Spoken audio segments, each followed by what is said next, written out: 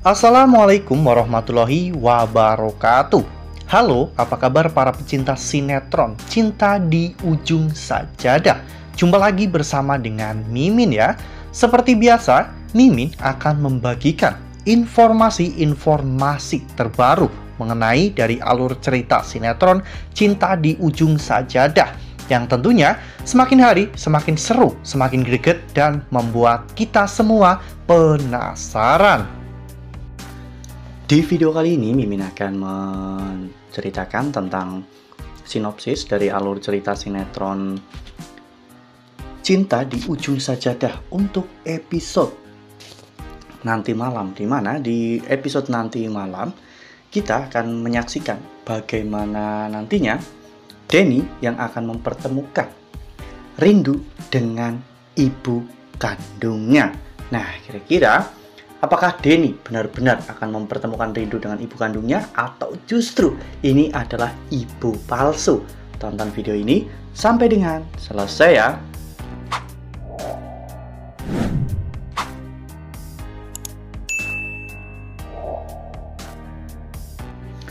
Ya, seperti yang telah kita ketahui bahwa di episode sebelumnya Rindu menyuruh Adi untuk datang ke kantin ya kawan-kawan, karena ada sesuatu yang harus Rindu bicarakan dengan Adi.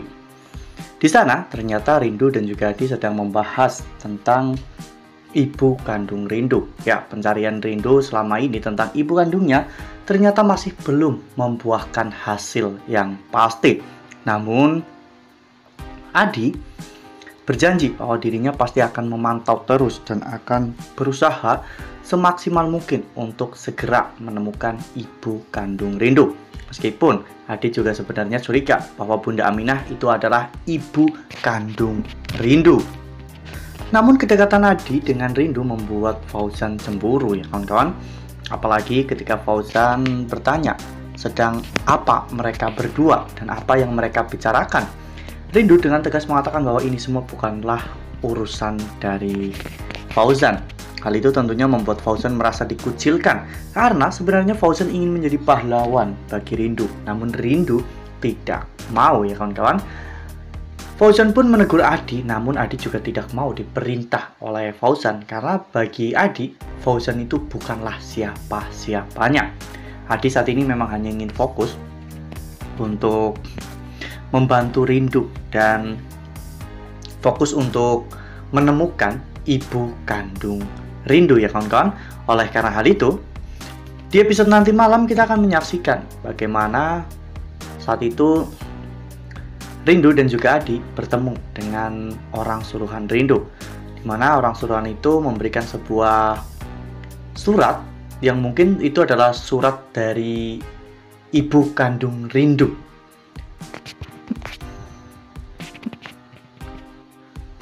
Hal ini membuat Fauzan menjadi semakin marah ya kawan-kawan, apalagi kedekatan Adi dan juga Rindu semakin hari tampak terlihat dengan jelas. Saat di sekolahan, Adi juga mengantar Ayu ya kawan-kawan, dan mereka terlihat begitu sangat romantis. Ada Adi dan juga Rindu.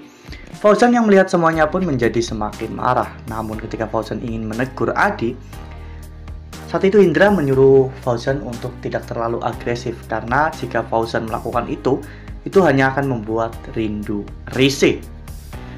Apa yang dikatakan oleh Indra memang ada benarnya. Fauzan terlalu protektif dan terlalu mengatur-ngatur hidup Rindu. Padahal dulu Fauzan membuang Rindu seperti sampah yang tidak bernilai.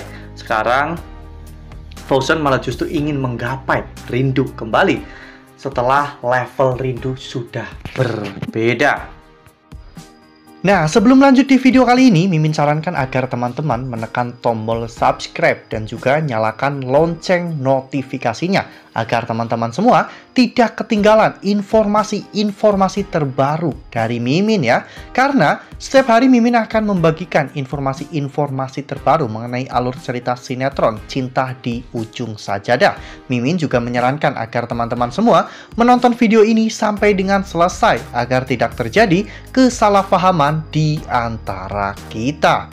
Sementara itu di sisi lain, saat itu Denny dan juga Alia yang mengetahui tentang rencana Adi dan juga Rindu yang sedang mencari keberadaan ibu kandung Rindu, justru malah memanfaatkan situasi ini, di mana Denny akan mempertemukan Rindu dengan ibu kandungnya.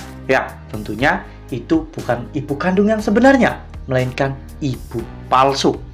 Denny akhirnya mencari data orang yang dengan gangguan jiwa yang telah kehilangan anaknya dan masih ingin bertemu dengan anaknya. Hingga pada akhirnya Denny pun menemukan satu sosok seorang ibu yang kehilangan anaknya sejak kecil. Dan ibu tersebut berada di rumah sakit jiwa karena mengalami gangguan kejiwaan setelah kehilangan anaknya. Denny memanfaatkan situasi ini untuk memberitahu kepada Adi bahwa dirinya telah menemukan ibu kandung Rindu.